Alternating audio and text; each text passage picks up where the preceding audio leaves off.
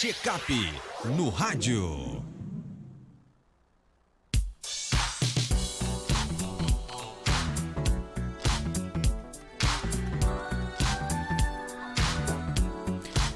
Checkup no rádio hoje recebe o endocrinologista aqui de Caicó, Dr. Alcebiades Neto. Seja bem-vindo ao nosso panorama. Bom dia, Dr. Alcebiades. Bom dia, Marcos. Bom dia aos ouvintes. Obrigado pelo convite mais uma vez. Já falamos aqui sobre diabetes e hoje é pré-diabetes. Tem uma diferença? Tem uma diferença significativa, né? O pré-diabetes, esse nome surgiu há alguns anos, né? No início dos anos 2000, quando algumas pessoas não tinham o diagnóstico de diabetes, mas tinham uma glicose alterada, né? Essa glicose acima de 100, entre 100 e 125 ou de jejum, é considerado pré-diabetes, né? É apenas uma medida. Então, os estudos que foram feitos descobriu que essa população ela tinha um risco maior de desenvolver diabetes nos próximos 5 anos, de 3 a 5 anos, né? E aí foi criada então essa entidade, né, esse diagnóstico de pré-diabetes, no intuito de tentar, né, diagnosticar, né, essa população nessa fase e informar, né, que o risco maior de desenvolver diabetes nos próximos anos era maior. E aí foi então criadas estratégias, né, para tentar diminuir esse risco, né? E essas estratégias é o que a gente sempre bate na tecla aqui com o Dr. Anderson, né? A mudança do estilo de vida com uma boa dieta e uma atividade física é o principal reforço, né? Agora, como saber se estou realmente pré-diabético? É assintomático, não tem um sintoma, como o diabetes no início, né? Também não tem nenhum sintoma.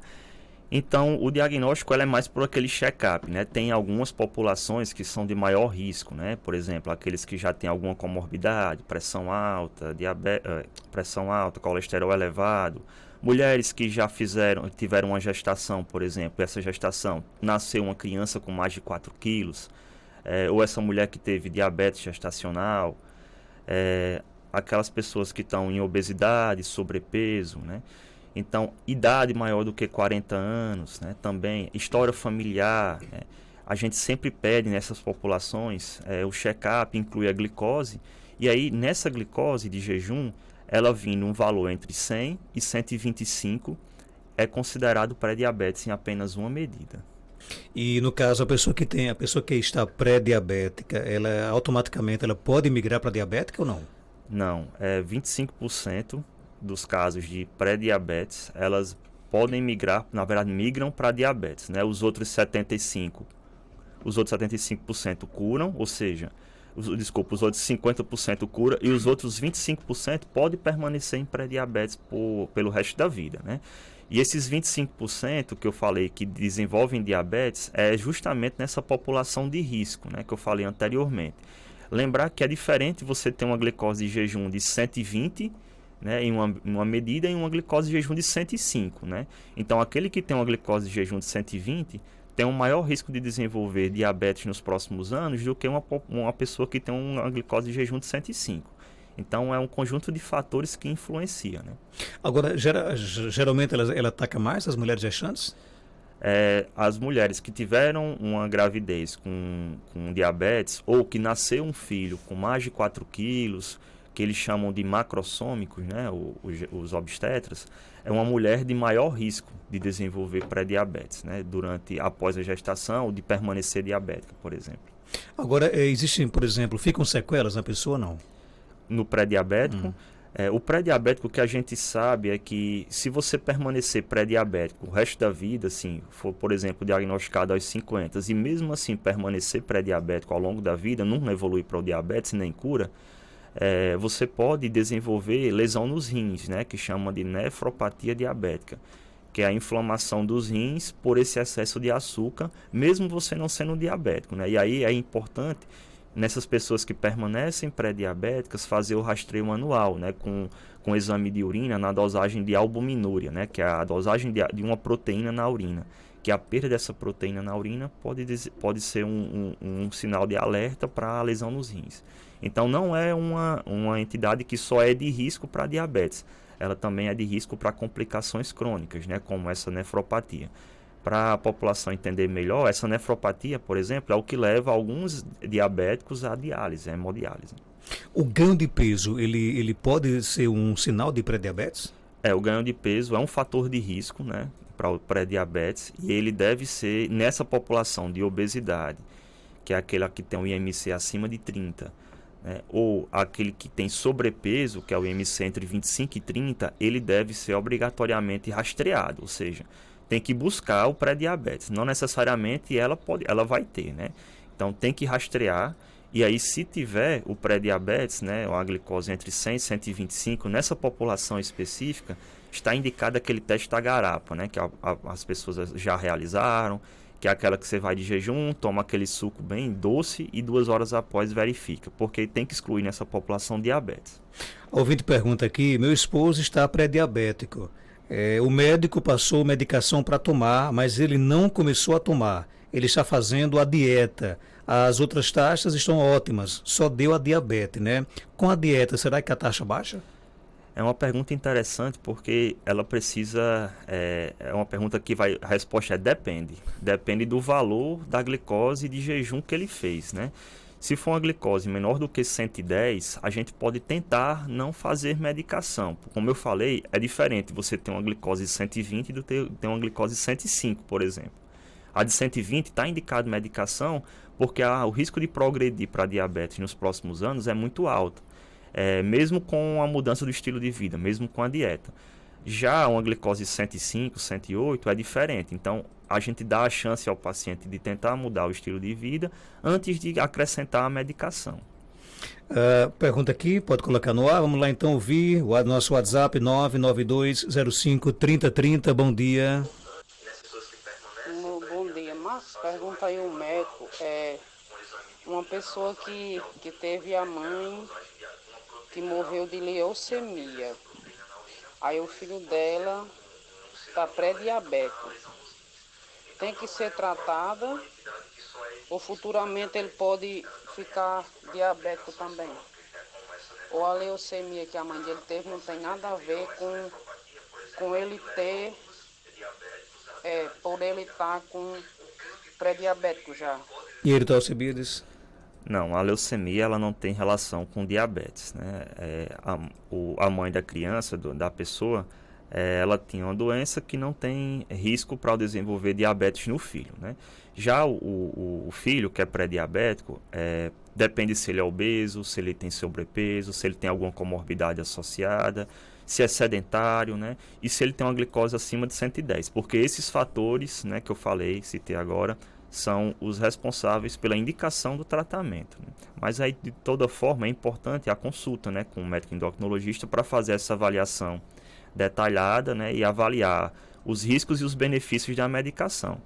Nenhuma medicação ela é isenta de riscos, né? Por exemplo, a medicação que se usa na maioria das vezes para fazer o tratamento do pré-diabetes é a metformina, por exemplo. Que aí ela pode causar um pouco de empachamento, queimou. Então tem que avaliar o risco-benefício, a dose certa, né, para a forma de início correta da medicação, e tudo isso passa por uma avaliação médica. Meu esposo está com, acho que ela se refere à taxa 200. O que devo fazer sobre a comida? Então, se for 200, mesmo já é um diabetes, né? Então, aí a importância, como eu falei, a dieta, né? A reduzir principalmente açúcares simples na forma de chocolate, aquele açúcar no café, as massas como pães, macarrão, arroz. E aí iniciar atividade física, né? Procurar um médico para avaliação, porque provavelmente vai precisar também iniciar medicamento. Pergunta ao Dr. Alcebiades, quem tem colesterol 271 é obrigado a tomar medicamento ou com a dieta e caminhando baixa? É uma pergunta interessante porque o colesterol é até uma informação que as pessoas talvez nunca escutaram, mas o colesterol, ele infelizmente baixa muito pouco com dieta e atividade física. Ele reduz, né, um valor X, mas de certa forma insignificante. O colesterol, o nível dele tem muita relação com questão genética. Então, por exemplo, às vezes a gente pega no consultório pessoas que são maratonistas, ciclistas de alto rendimento, que apresentam colesterol alto, né? Por exemplo, apresenta o LDL, que é o colesterol ruim alto, e o HDL baixo, que é o colesterol bom. Como explicar isso? Já que é uma pessoa magra, que tem uma boa dieta, faz uma boa atividade física, isso é questão genética. Então a pessoa, né, os familiares dela provavelmente tinham colesterol alto e ela nasceu assim. Então nessas populações, né, em que a gente não consegue, né, ter um colesterol geneticamente bom, né, e nessa população em que tem uma hipertensão, tem história de infarto recente em familiares de parentes de primeiro grau, em que já infartaram ou que tiveram um AVC com idade menor do que 55 anos, diabéticas ou pré-diabéticas, está indicado medicação, né? Não é só a idade. Por exemplo, se ela tiver um colesterol de 270, mas tiver uma idade de 20 anos de idade, não tem indicação de usar medicação, porque o risco de infarto nos próximos anos é muito baixo. Tem mais perguntas? Bom dia. Bom dia, Marcos. Bom dia, doutor. Doutor, eu tomo metformina de 850 miligramas. Se por acaso eu tomar o glifage, porque é bem mais alto o preço, o valor, e se chegar ao ponto eu não poder mais comprar, a pessoa pode voltar para o metformina ou não? E aí, doutor Alcibiades? O glifage e a metformina são as mesmas medicações, né? A metformina é a genérica, né, que é fornecida pela unidade de saúde, e o glifage é a metformina só que de referência, né? Só que esse glifage é dado, né, pelas farmácias populares a custo zero. Não precisa comprar, mesmo sendo de referência, é dada a custo zero.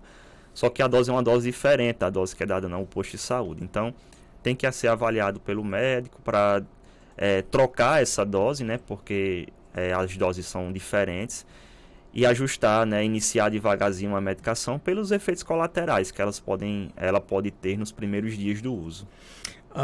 Tem mais pergunta aqui. Se a pessoa tem glicose 69, deve ficar atenta também por estar abaixo da meta? Não, a glicose abaixo de 70, muitas vezes as pessoas entendem como hipoglicemia, né, o de jejum. Mas às vezes isso é erro laboratorial, né? Não é bom repetir, ou em outro laboratório, ou repetir novamente no mesmo laboratório, porque é pouco provável que esteja abaixo desse valor de 70. Tem mais perguntas? Bom dia. Bom dia, doutor. Bom dia, Marcos Dantas. Deus abençoe o dia de vocês, aí da rádio e de todos. Doutor, minha taxa de diabetes, o último exame de sangue que eu fiz tinha dado meia alta. O médico disse que eu estava pré-diabética. Só que agora eu fiz os exames, deu 80. O que é que o senhor acha? Tá bom a taxa? Tá boa a taxa? 80 sim, né? Considerado dentro do valor da normalidade, né?